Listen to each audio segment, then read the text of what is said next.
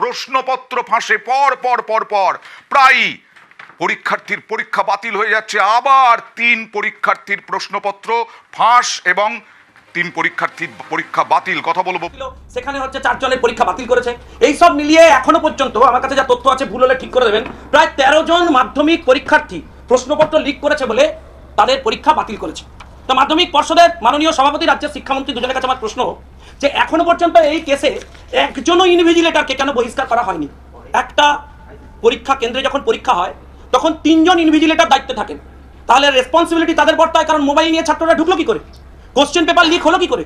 কেন ইনভিজিলেটর থেকে যারা পরীক্ষা ব্যবস্থার সঙ্গে যুক্ত আছেন তাদের বিরুদ্ধে কোনো অ্যাকশন হচ্ছে না? মাধ্যমিক পরীক্ষা নিয়ে ছেলে খেলা এবং পয়সা লোটার ধান্দা শুরু হয়েছে। আমাকে সরাসরি সরকারকেও মিসলিড করছে। আমার কাছ থেকে কপি নিয়ে যাবেন, পর্ষদ সভাপতির কাছে জানতে চাইবেন যে এই পর্ষদে টোটাল ক্যাজুয়াল স্টাফ কতজন আছেন। প্রতি মাসে আপনার কাছে টাকা আসছে সরকারের কাছ থেকে 270 জনের পেমেন্ট কারা নিচ্ছে, কোথায় যাচ্ছে আমি জানতে চাই। Here is the document.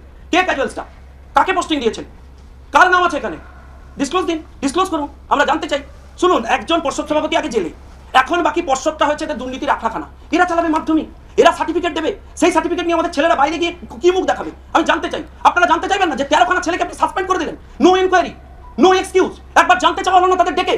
একবার জিজ্ঞেস করলেন না ওখানকার ইনভিজিলেটরকে? ফ্যাসলা অন দ্য স্পট। কে আপনি? ভগবান? কি অথরিটি আপনার?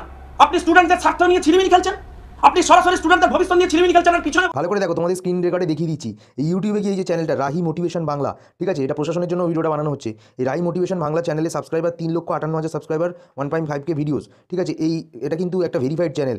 সেই চ্যানেলের মধ্যে কী করছে দেখো, মাধ্যমিক পরীক্ষার 3 ঘন্টা আগে দেখো, মাধ্যমিক পরীক্ষার শুরু হয়েছে ঠিক সেই টাইমে, একদম হুবুস ঠিক সেই টাইমে প্রশ্নপত্র ভাইরাল করে দিয়েছে। এই যে তোমরা দেখতে পাচ্ছ স্ক্রিনের উপরে, আবার কি ব্লার করে দিয়েছে এই যে কোডগুলো, কিউআর কোডগুলো একদম ব্লার করে দিয়েছে ইতিহাসের। আমরা তো প্রথমে দেখে ভেবেছিলাম যে এটা তো নয়, ইতিহাসের প্রশ্ন নয়, কিন্তু ও বাবা, পরে যখন আমরা দেখলাম ইতিহাসের প্রশ্নপত্রটা হাতে এলো, পরীক্ষা দিয়ে এসছে একটা ছাত্রী পরীক্ষা দিয়ে এসছে, তার প্রশ্নপত্রটা দেখে মানে দেখলাম যখন, তখন হট করে মাথার মধ্যে এলো যে এ বাবা, এ তো প্রশ্নপত্র ভাইরাল হয়ে গেছে। তখনও কিন্তু 12টা বাজে, মানে 12টা না 11:30 মতো বাজে, ঠিক আছে। 11:30টার সময় কিন্তু 11:15 দিকে প্রশ্নপত্র ভাইরাল হয়ে গেছে। মানে বুঝতে পারছো কি, যে এর মধ্যে তো কিছু তো একটা চক্রান্ত রয়েছে, এবং এটা ছেলে খেলা হচ্ছে ছাত্রছাত্রীদের নিয়ে, ঠিক আছে। আর একটা কথা, যে এই যে আমাদের পরীক্ষা হবে, কালও কি প্রশ্ন ফাঁস হয়ে যাবে ভূগোল পরীক্ষায়? তাহলে সবাইকে পাস করাতে হবে, এবং সব ভূগোল নয়, এটা নিয়ে আন্দোলন তো অবশ্যই হবে। কারণ পরীক্ষায় যদি এরকম রোজ রোজ প্রশ্নপত্র ফাঁস হয়ে যায়, তাহলে তো পরীক্ষায় পাস না করালে, যারা ভালো করে পরীক্ষা দিচ্ছে তাদের যদি খারাপ রেজাল্ট হয়, তাহলে দোষ কিন্তু অবশ্যই পর্ষদের হবে। প্রণোদিতভাবে করা হচ্ছে, চক্রান্ত করা হচ্ছে, সিস্টেমটাকে নষ্ট করে দেওয়ার জন্য করা। আজ আমি দেখতে পাচ্ছি, বুঝতে পারছি, কালকে যদি বুঝতে না পারি, দেখতে না পারি, তখন আবার বলবে বোর্ড ধরতে পারলো না। বোর্ড তো ধরার কাজ করার জন্য নেই। কয়েকটা বাচ্চাকে সামনে রেখে তাদেরকে বলি দিয়ে যারা বাইরে থেকে এই জিনিসগুলো করছে তাদেরকে চিহ্নিত করা, তাদের ব্যাপারে রিপোর্ট করা, তাদেরকে জানিয়ে দেওয়া।